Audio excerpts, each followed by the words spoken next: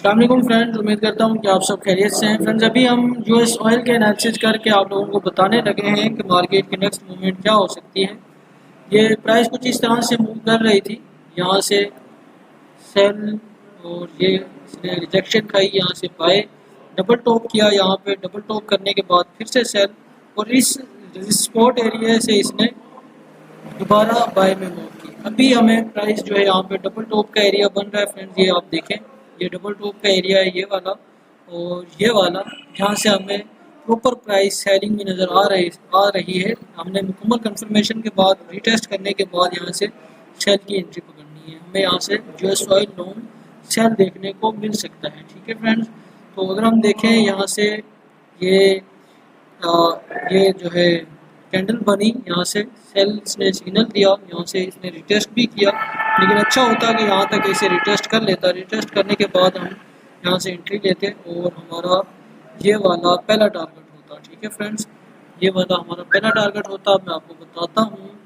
81.30 का, 81.30 का या 81.30 का फ्रेंड्स हमारा पहला टारगेट होगा। ठीक है, अगर हम यहाँ से सेल की एंट्री लेते हैं, थोड़ा सा और कंफर्मेशन होने दें, ये वाला हमारा पहला टारगेट है और दूसरा टारगेट हमारा ये है 80.00 का। ठीक है फ्रेंड्स, लेकिन अगर यहाँ से ये बाय में ब्रेकआउट होता है तो फिर ये लॉन्ग बाय निकल जाएगा। ठीक है, उसके लिए हम चलते हैं बड़े टाइम फ्रेम पे H4 पे और देखते हैं कि इसकी नेक्स्ट मूवमेंट क्या हो सकती है।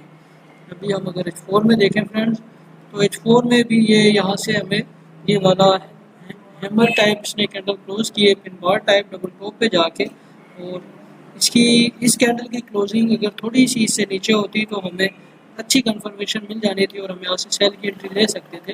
लेकिन हो सकता है कि यहाँ से आके रिटेस्ट करने के बाद दोबारा हमें सेल में नज़र आए।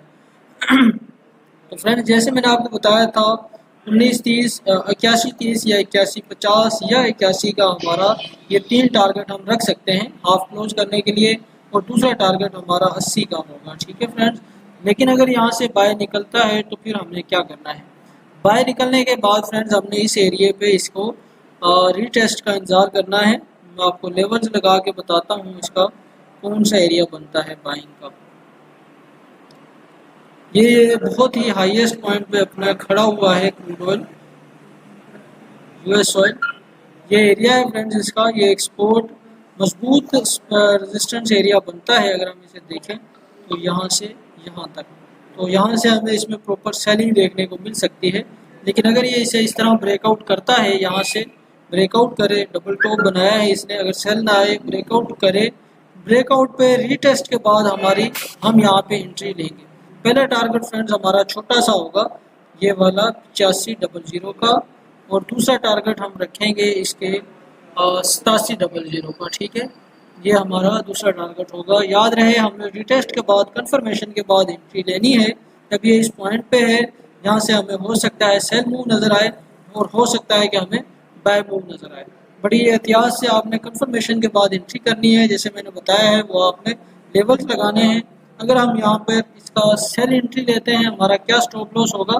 सेल एंट्री के बाद हमारा स्टॉप लॉस होगा फ्रेंड्स ये वाला, ये एरिया बनता है हमारा एंट्री पॉइंट बनेगा 1900, अगर ये रीटेस्ट के बाद 82.38 का, और अगर हमारा स्टॉप लॉस हम रखेंगे 83.38 का। ठीक है फ्रेंड्स, लेकिन अगर यहाँ से ये बाय में मूव करता है, बाय की तरफ जाता है रिटेस्ट करने के बाद, तो हमारा एंट्री पॉइंट होगा इस तरह से, और हमारा जो है एंट्री पॉइंट बनेगा रिटेस्ट पे तकरीबन 83.20 का, और हमारा स्टॉप लॉस होगा 82.20 का लगा लें या 82.30 का लगा लें, 82.23 का आप फाइनल स्टॉप लॉस रख सकते हैं।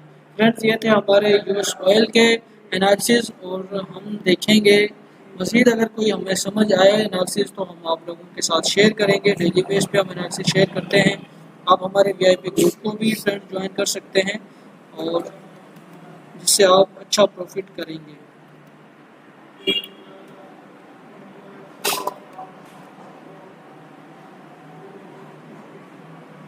फ्रेंड्स, मिलते हैं नई वीडियो में, तब तक के लिए अल्लाह हाफिज़।